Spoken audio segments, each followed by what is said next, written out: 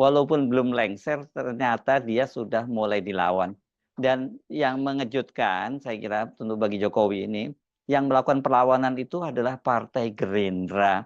Yang ketua umumnya adalah Presiden terpilih Prabowo Subianto yang selama ini selalu menyatakan akan meneruskan berbagai kebijakan dari Jokowi. Sinyal perlawanan dari Gerindra itu datangnya disampaikan oleh Sekjen Partai Gerindra Ahmad Muzani.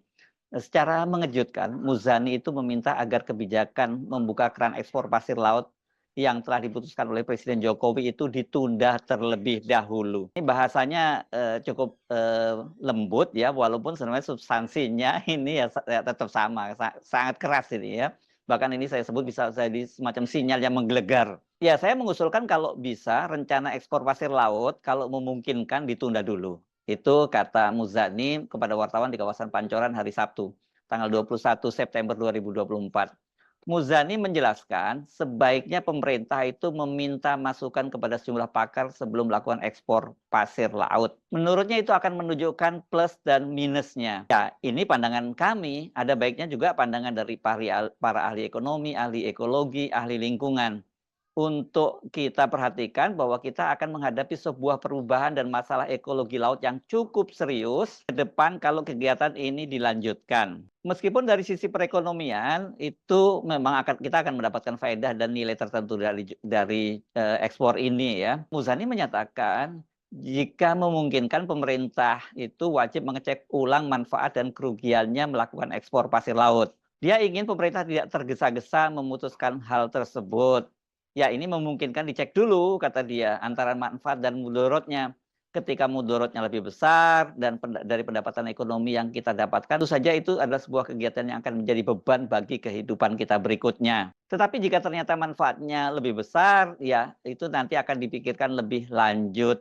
Ini kan sebelumnya pemerintah itu memutuskan membuka keran ekspor pasir laut. Hal ini ditandai dengan revisi 2 peraturan Menteri Perdagangan. Pertama, revisi peraturan Menteri Perdagangan nomor 20 tahun 2024 tentang perubahan kedua atau peraturan Menteri Perdagangan nomor 22 tahun 2023 tentang barang yang dilarang untuk diekspor, dan yang kedua itu peraturan Menteri Perdagangan nomor 21 tahun 2024 tentang perubahan kedua atas peraturan Menteri Perdagangan nomor 23 tahun 2023 tentang kebijakan dan pengaturan ekspor. Kebijakan pemerintahan Jokowi itu bukan hanya substansi yang sangat mengejutkan, tapi juga kebijakan itu kan sangat sensitif ya. Mengapa diputuskan hanya beberapa pekan menjelang Jokowi lengser dan menyerahkan jabatannya kepada Prabowo? Mengapa nggak ditunggu lebih dulu gitu ya, diserahkan kebijakan keputusan kepada pemerintahan Prabowo? Karena ini secara substansi maupun etikanya harusnya hal semacam itu tidak boleh dilakukan oleh Jokowi. Mengapa hal itu dilakukan di injury time ketika Jokowi akan segera lengser? Ini juga menimbulkan kecurigaan. Terkesan Jokowi ini mengejar target dan sangat mungkin ada moral hazard di balik keputusan tersebut. Kebijakan penghentian ekspor pasir laut itu kan sudah terjadi selama 20 tahun. Ya ini pada era Ibu Megawati ya pada waktu itu, karena apa? Dampak lingkungan yang sangat merusak dalam jangka panjang. Tapi pada waktu itu juga banyak yang mengaitkan dengan faktor keamanan nasional dan kedaulatan negara. Hal itu dikaitkan dengan realitas bahwa importir terbesar pasir laut dari Indonesia adalah negara tetangga kita Singapura, yang dalam beberapa dekade ini sangat aktif melakukan reklamasi untuk memperluas wilayahnya. Wilayah Singapura terus bertambah luas, sementara wilayah Indonesia khususnya di Provinsi Kepri, dulunya Riau ya, ketika masih belum dipecah itu ya. Ini sekarang ini luasnya makin berkurang. Beberapa pulau di Kepulauan Riau itu mulai mengalami abrasi dan terancam tenggelam karena pengerukan pasir. Salah satunya ini ada Pulau Nipah yang berhadapan langsung dengan Singapura. Saya pernah ini ke sana ke Pulau Nipah dan sebagian mulai tenggelam dan di situ dipertahankan oleh marinir-marinir kita. Ini kalau dari Nipah ya kita kelihatan lah Singapura itu ya. Presiden Joko Widodo memutuskan membuka keran ekspor pasir laut itu dengan menerbitkan peraturan pemerintah nomor 26 tahun 2023 tentang pengelolaan hasil sedimentasi di laut pada Mei tahun lalu. Setahun berikutnya, Menteri Perdagangan Zulkifli Hasan lantas menerbitkan aturan turunannya. Ini kan harusnya ada peraturan pemerintah dan baru kemudian ada aturan turunannya, baru kemudian bisa dieksekusi. Nah ini yang aturan turunannya dalam Peraturan Menteri Perdagangan nomor 20 tahun 2024 dan Peraturan Menteri Perdagangan nomor 21 tahun 2024. Dan kedua peraturan Menteri Perdagangan ini menjadi penanda resmi dibukanya keran ekspor pasir laut. Nah, Presiden Jokowi itu waktu itu mengizinkan pasir laut itu dengan dalih pembersihan atau pengendalian sedimentasi, ya. Dan soal pengerukan ekspor pasir laut itu secara khusus diatur dalam pasal 9, ya. Dan katanya pengerukan yang dibolehkan dijual ke luar negeri itu adalah pasir laut hasil dari pengerukan sedimentasi. Tapi itu waktu itu ada catatan juga, kalau kebutuhan di dalam negeri sudah tercukupi, itu baru boleh. Jadi banyak sekali aturan-aturan syarat-syaratnya ya. Tapi seperti biasa kita tahu aturan itu kan dibuat itu ya untuk dilanggar, dan kalau ada aturannya yaitu untuk diakali. Itu udah biasa banget di Indonesia seperti itu ya. Keputusan presiden itu atau peraturan pemerintah itu, putusan Pak Jokowi itu mendapat protes dari banyak kalangan ya, mulai dari mantan menteri di era Jokowi, Susi Pujiastuti, sampai sejumlah kalangan aktivis lingkungan. Mereka ini mempersoalkan itu dampak lingkungan yang sangat serius atas kebijakan tersebut, dan juga dampaknya bagi kalangan nelayan dan masyarakat pesisir yang mengandalkan kehidupannya itu dari laut. Susi Pujiastuti bahkan menyarankan alih-alih diekspor, harusnya pasir laut itu digunakan untuk meninggikan kawasan Pantura yang terancam tenggelam karena abrasi. Selain itu, tentu saja Susi juga menyoroti dampak dari ekspor pasir yang akan merusak ekologi laut. Merespon para pengecamnya, Jokowi membantah bahwa dia membuka keran ekspor pasir laut. Dia menyatakan yang diizinkan diekspor itu adalah sedimen, bukan pasir. Kita koreksi. Keran ekspor pasir laut, Pak, yang dibuka kembali setelah 20 tahun. Sekali lagi, itu bukan pasir laut ya. Yang dibuka itu adalah sedimen. Sedimen yang mengganggu alur jalannya kapal. Sekali lagi, bukan. Nanti kalau diterjemahkan pasir beda loh ya. Sedimen itu beda. Meskipun wujudnya juga pasir sedimen, tapi sedimen. Coba dibaca di situ, sedimen. Susi Pujiastuti menyatakan apakah sedimen atau pasir laut itu sangat penting untuk kehidupan kita, kata dia ya. Selain Susi, di warganet itu juga riuh rendah merespon pernyataan Jokowi itu. Mereka itu kemudian membanding-bandingkan dengan pernyataan Jokowi yang membedakan sedimen dengan pasir laut ini dengan pernyataan beberapa waktu yang lalu ya, yang dia membedakan itu antara pulang kampung itu dengan mudik. Pada waktu itu juga Jokowi itu dibully habis-habisan oleh para netizen. Begitu juga sekarang ini ya. Bukan sedimen ya, tapi pasir. Tapi sedimen sama pasir itu ya sama sesungguhnya. Siapa yang bisa menjamin bahwa yang dikeruk itu hanya sedimennya?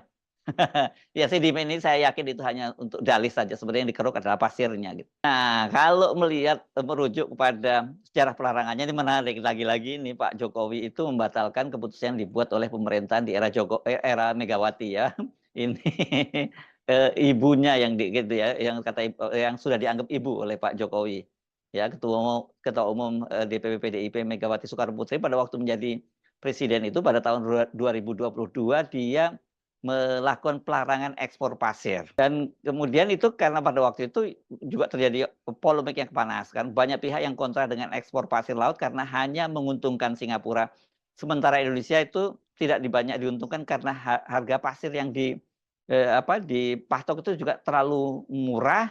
Dan kemudian ini kurang ajarnya itu para eksportir itu juga mereka itu sebenarnya melaporkan yang mereka ekspor dengan jumlah ekspor sesungguhnya itu jauh lebih kecil begitu ya. Jadi pemerintah pun juga diakali juga itu sudah harganya murah, kemudian diakali lagi dari sisi jumlahnya. Selain kehidupan para nelayan itu yang dampak kerusakan lingkungan yang paling banyak disorot itu adalah pulau-pulau kecil di Kepulauan Riau. Kepri itu hilang karena terkena abrasi setelah pasirnya dikeruk dan dikirim ke Singapura. Indonesia itu melakukan ekspor pasir ke Singapura itu cukup lama loh, dari tahun 1976 sampai tahun 2002. Itu berapa itu? Hampir 30 tahunan ya, itu ya. Jadi 26 tahun. Dan pasir-pasir dari Kepulauan Riau itu dikeruk untuk mereklamasi Singapura, dan volume ekspor pasir ke Singapura itu waktu itu sekitar 25 juta meter kubik per tahun. Dengan reklamasi itu Singapura berhasil menambah luas daratannya.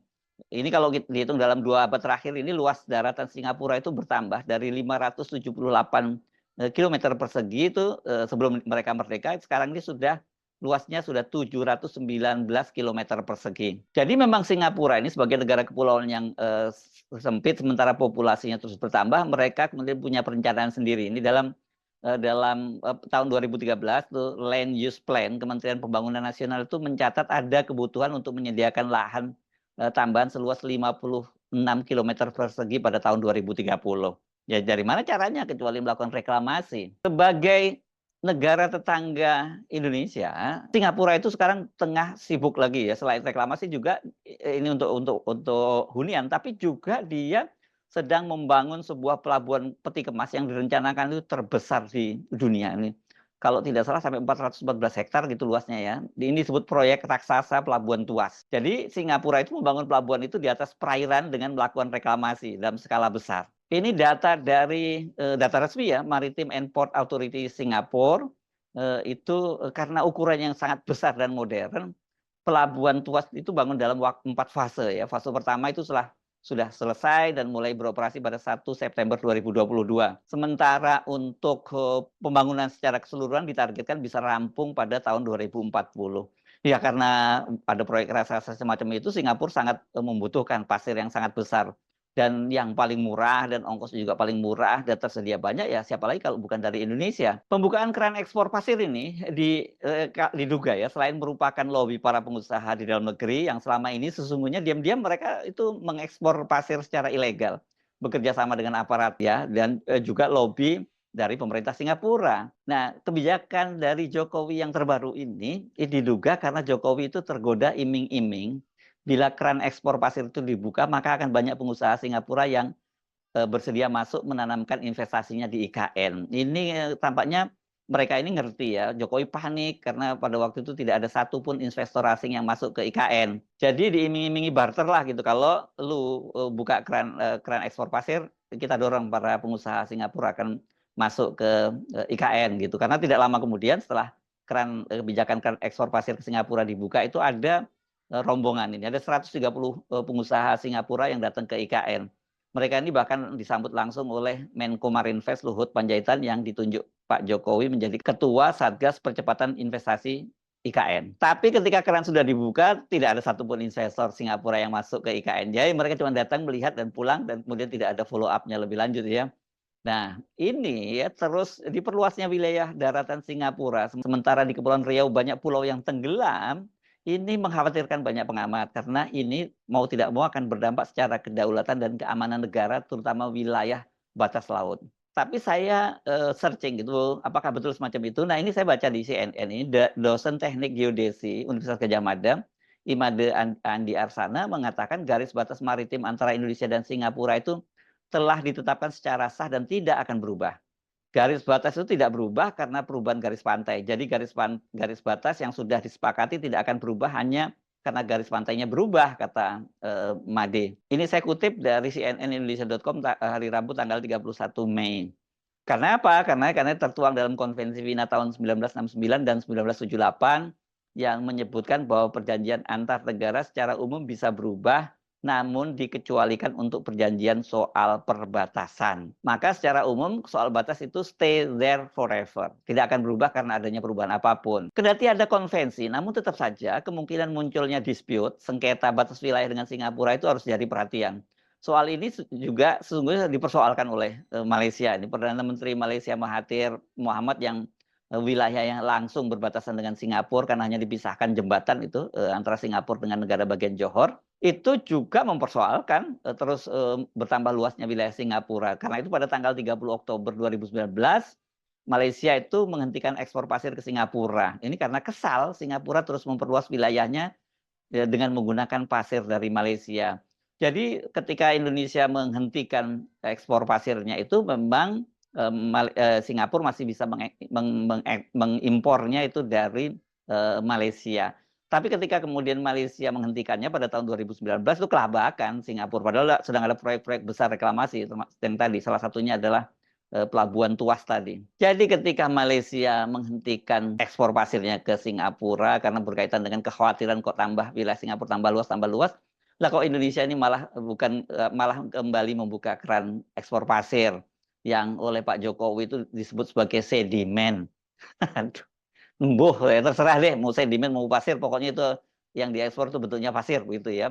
Dan siapa yang menjamin bahwa yang dijual itu dari sedimennya gitu ya. Saya nggak percaya, karena kalau cuma sedimen aja mungkin nggak akan volumenya nggak akan gede banget dan tidak mungkin memenuhi kebutuhan Singapura. Satu fakta yang saya kira ini sudah pasti itu ya, bagi Anda yang pernah ke Singapura ya, pasti tahu ya, hasil reklamasi menggunakan jutaan metrik ton pasir dari Kepulauan Riau itu membuat Singapura itu berhasil membangun kawasan Marina Bay. Ini jadi kawasan wisata yang paling terkenal dan menjadi destinasi dari banyak wisatawan yang datang ke Singapura. Nah, ironisnya setiap tahun jutaan dolar devisa Indonesia itu terbang ke Singapura karena ini orang Indonesia itu tadinya itu selama bertahun-tahun itu menjadi turis yang paling banyak datang ke Singapura ya. Jadi Indonesia penyumbang terbesar wisatawan ke Singapura. Tapi baru beberapa tahun terakhir ini boleh digeser oleh Cina. Anda bisa bayangkan ironinya ya. Wisatawan Indonesia membayar mahal ketika berkunjung ke Marina Bay di Singapura. Sementara lahan pasirnya itu diambil dari Kepri dan mengakibatkan sejumlah pulau-pulau di Kepri itu tenggelam. Coba deh bayangkan visual itu ketika Anda pergi ke Singapura itu. Jadi itu adalah sebenarnya tanah air Anda juga itu yang kemudian digadaikan oleh atau dijual oleh para pejabat-pejabat kita ke Singapura. Karena ekspor pasir ini walaupun dilarang, saya sebut tadi kan diam-diam terjadi ekspor ilegal, dan itu nggak mungkin pengusaha sendiri, itu pasti kong kali kong dengan para pejabat, dengan para petinggi sipil maupun militer. Jadi pernyataan dari Sekretaris Jenderal Partai Gerindra Ahmad Muzani yang minta ekspor pasir itu ditunda, ini dia menggunakan bahasa yang halus ya, ditunda. Tapi saya duga ini akan dihentikan ketika Prabowo sudah dilantik menjadi presiden. Itu permintaan itu harus kita lihat merupakan salah satu kebijakan Prabowo yang mulai kelihatan sangat berbeda dengan Jokowi. Sebagai seorang jenderal dengan latar belakang militer dan paham geopolitik global, cara pandang Prabowo dipastikan akan bersifat sangat nasionalistik, dan sebesar apapun wilayahnya atau sebenarnya sekecil apapun wilayah daratan Indonesia itu adalah bagian dari bentuk kedaulatan sebagai sebuah bangsa dan negara. Jadi nggak boleh dijual itu, karena sama juga dengan melepas kedaulatan bangsa. Karena itu kalau sekarang ini Jokowi belum lengser saja sudah ada kebijakannya yang diminta ditunda, yang saya sebut tadi pada akhirnya akan dibatalkan setelah nanti Prabowo dilantik. Kita tinggal menunggu kebijakan Jokowi apalagi yang akan dibatalkan oleh Prabowo. Saya kira Anda bisa menduga, dan saya juga menduga keras, bahwa IKN, Ibu Kota Nusantara, itu akan berada dalam daftar teratas yang dipastikan akan dibatalkan oleh Presiden Prabowo setelah dia dilantik. Sinyalnya sudah disampaikan oleh kakak iparnya, yakni mantan Gubernur Bank Indonesia Sudrajat Djimbandono, yang dengan tegas dalam 2 kali kesempatan dia mencantakan lebih memilih program makan siang gratis ketimbang IKN. Jadi sekarang silakan mulai membuat daftar apa saja dalam list kira-kira kebijakan-kebijakan Jokowi yang akan segera dibatalkan oleh Pak Prabowo. Banyak faktor ya. Satu tentu saja karena visi dan visi dan misi dan cara pandang yang berbeda. Ada juga yang karena keterbatasan anggaran, dan banyak juga yang sifatnya alasan-alasan sangat nasionalistik seperti dalam penghentian ekspor pasir ini. Saya lebih melihatnya dari sisi itu ya, dari sisi nasionalismenya, karena sebenarnya nilai devisa yang dihasilkan dari pasir itu tidak signifikan gitu, dengan apalagi kalau dibandingkan dengan kita banyak kehilangan wilayah pulau-pulau di Kepri ya, di Kepulauan Riau itu.